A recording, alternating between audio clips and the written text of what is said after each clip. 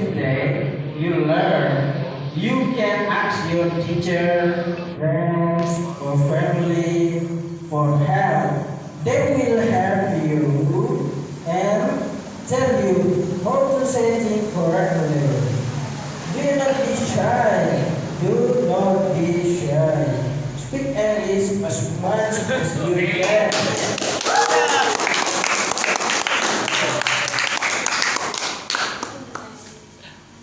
The more you speak, the better you will get.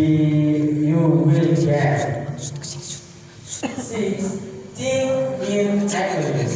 Think in English. This is a very important.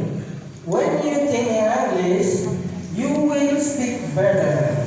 You can start with small things. For example, when you say church,